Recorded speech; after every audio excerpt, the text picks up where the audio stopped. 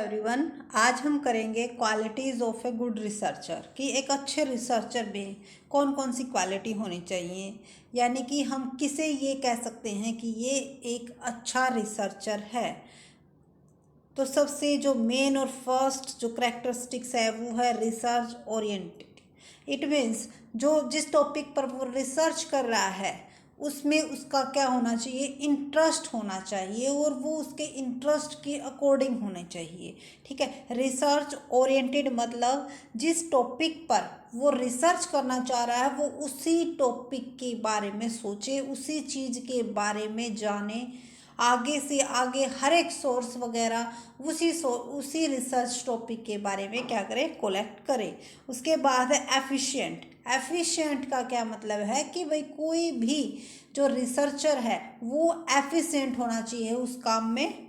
Scientific, ये नहीं कि हमने कोई सिस्टम ही नहीं है। साइंटिफिक का मतलब होता है स्टेप बाय स्टेप, कि एक स्टेप को फॉलो किया जाता है जब हम रिसर्च करते हैं। इसीलिए जो हमारी रिसर्च है उसे कहा जाता है कि रिसर्च कैसी होनी चाहिए, साइंटिफिक वे में होनी चाहिए। उसके बाद है इफेक्टिव।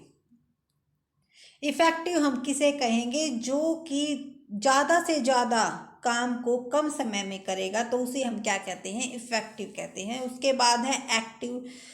जो रिसर्चर है उसमें एक्टिवनेस होनी बहुत ही ज़रूरी है। ये नहीं कि भाई आपने रिसर्च करनी है लेकिन वो बिल्कुल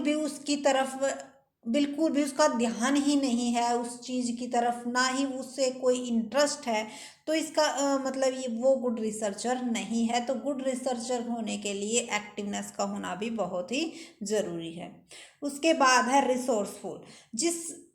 उसके पास उस चीज़ के लिए रिसोर्स होने चाहिए, फैसिलिटी होनी चाहिए। यानी कि पहले अगर आप जैसे लिटरेचर रिव्यू वगैरह करते हैं तो उसमें बहुत सारे टॉपिक्स, मैगजीन्स, आर्टिकल्स वगैरह आप पहले पढ़ते हो। उसके बाद देखते हो कि हाँ अब मुझे किस पर रिसर्च करनी है, क्या पहले किन टॉपिक पर रिसर्च हो चुकी है और कहाँ तक हो चुकी है, उसके बाद किस गैप को मुझे फिनिश करना है या फिर क्या नया निकाल के लाना है।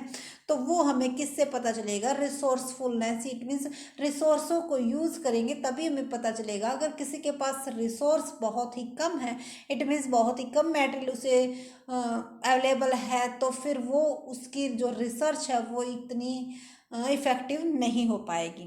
उसके बाद है क्रिएटिव। एक रिसर्चर के लिए क्रिएटिव होना बहुत ही ज़रूरी है।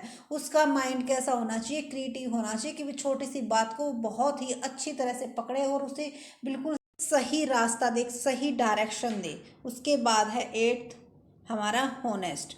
ऑनेस्टी का भी होना ज़रूरी है। ऑनेस्टी का मतलब क्या है कि एक रिसर्चर के लिए ऑनेस्टी होनी बहुत ही ज़रूरी है कि वो किसी और की रिसर्च को अपना नाम देकर यूज़ ना करे, क्योंकि इससे क्या होगा, सोसाइटी का तो कोई वेलफेयर होगा ही नहीं। उसके साथ साथ अगर किसी को भी उसकी फ्रॉड के बारे में पता चल जाता है कि भाई इसने प्लेगरिज्म किया है या फिर फाल्सिफिकेशन वगैरह जो मिसकंडक्ट हैं, साइंटिफिक मिसकंडक्ट हैं, उनका इसने यूज़ किया है, तो उसकी बहुत सारी क्या है,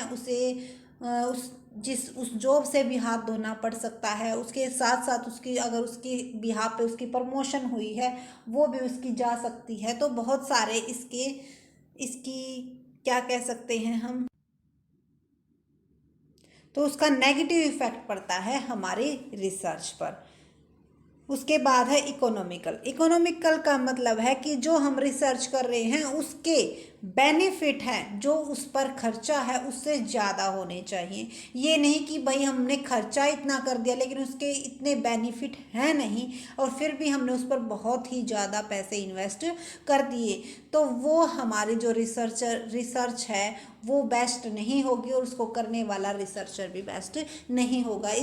इट मीन्स गुड रिसर्चर में ये सारी की सारी क्वालिटी होनी बहुत ही ज़रूरी है। कौन कौन सी हैं, research oriented, efficient, scientific, effective, active, resourcefulness, creative, honesty और इकोनॉमिकल। इसके साथ साथ और भी बहुत सारी करेक्टरिस्टिक्स हैं, लेकिन जो मेन करेक्टरिस्टिक्स हैं वो हमने आपको बताई हैं ताकि क्लियर हो जाए कि क्या क्या होनी ज़रूरी है। इसके साथ साथ कोई भी रिसर्चर ऐसा नहीं होना चाहिए कि भाई किसी भी दूसरे की चीज़ को अपने नाम से यूज़ करे। यानी कि यहाँ पर हम ये भी लिख सकते हैं कि भाई प्लेगरिज्म, फाल्सिफिकेशन वगैरह इनका यूज़ नहीं करना चाहिए। इसके साथ साथ जिसको चाहिए, जिसका हमने यूज़ किया है किसी दूसरे की रिसर्च का, अगर हम किसी दूसरे के किसी भी कुछ पॉइंट्स का भी यूज़ करते हैं तो उसका क्रेडिट उसे देना चाहिए। कभी भी हमें किसी दूसरे की चीज़ का अगर हम यूज़ कर रहे हैं वो हमारे लिए बेनिफिट है तो क्रेडिट देने से नहीं चूकना चाहिए। तो आज की हमारी वीडियो में इतना ही, कल मिलेंगे नेक्स्ट वीडियो के साथ। So thank you for watching this video and please share and subscribe my channel. Thank you.